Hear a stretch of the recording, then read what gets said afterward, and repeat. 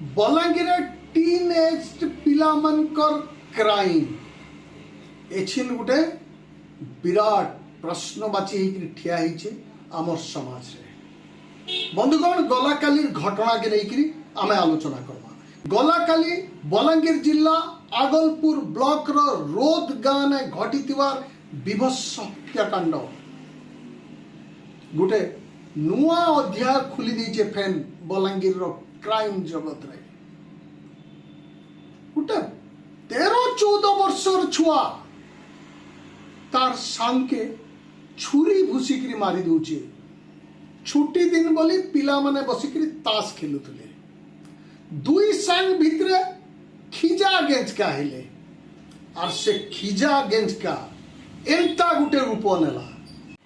ई घटना बलांगीर जिला ने छिन चर्चार विषय पाल्टिचे और सबुठानु बड़ कथा जेन सांग जनक ई दुई सांगर संगे बसिकरी ताश खेलुतला से जेन निजर वक्तव्य रखिचे सेटा सुनी देले हिया सुखी जाउची।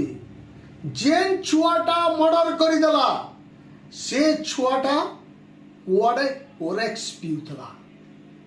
बंधुगण इनु चिंता करू किशोर बयस रु छुआ माने के नडे मुहुजन माँ बुआ माने इतिर प्रति जत्नवान हेबा निहाती आवश्यक। जदि 12-13-14 वर्षर छुआ कोरेक्स पीला टेबलेट खाइला ताहले तार भविष्य केते उजाला आपण माने ठीक अनुमान करि पारुथिबे। और पुलिस भी दिगे कड़क हेबा निहाती जरूरी।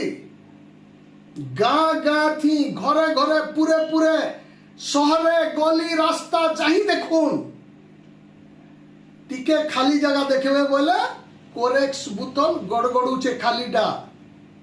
इथिरु अनुमान करा जाऊ बलांगीर जिल्ला रे निशा कारबार केन जगह के पहुंचिलानो और केन स्तर जे पहुंचिलानो। आमे डरुतुला बलांगीर रो युव समाज हुए तो निशार लगी पथभ्रष्ट हो जबा के बोली किंतु सेटा किशोर जगत के पहुंचिलानो 12-13-14 वर्षर छुआ मन कन के पहुंचिलानो। आज एसपी साहब बलांगीर एसपी अभिलाष जी ई घटनार पर्दाफाश करिच सांबादिक मन कराके कथाटा ठीक ठीक कहि पकेइचन केनता करी हेला ई हत्याकांड नाबालक मानकर खिजा गेंजकारु केनता करी घटला एते बड़ कांड। किंतु इने सबुठानु बड़ दिग हेला जे खाली पुलिस रो नहीं आमे सामाजिक मनीष माने भी इतार उपरे निघा देवार निहाती आवश्यक। हुए तो आगामी दिन रे आजिर जेन किशोर जेते बेले तार परिपक्व समय पहुंचीबा सेते बेले तार आगे आर किछि नहीं था अंधारी अंधार थिबा। जदि 12-14 वर्षर छुआ कोरेक्स पिउचे टेबलेट खाउचे बोले सेतार भविष्य केते उज्जवल आमे ठके नहीं पारमा। आसुन आमे माँ बुआ माने सामाजिक मनुष्य माने प्रशासन भी निघा रखमा और हुशियार भी हेमा आगामी पीढ़ी सलक सुंदर हिकरी केनता करी आमर समाज थी मुड़ टेकी करी जीवे आमे समस्ते आसुन खाए चिंता करमा।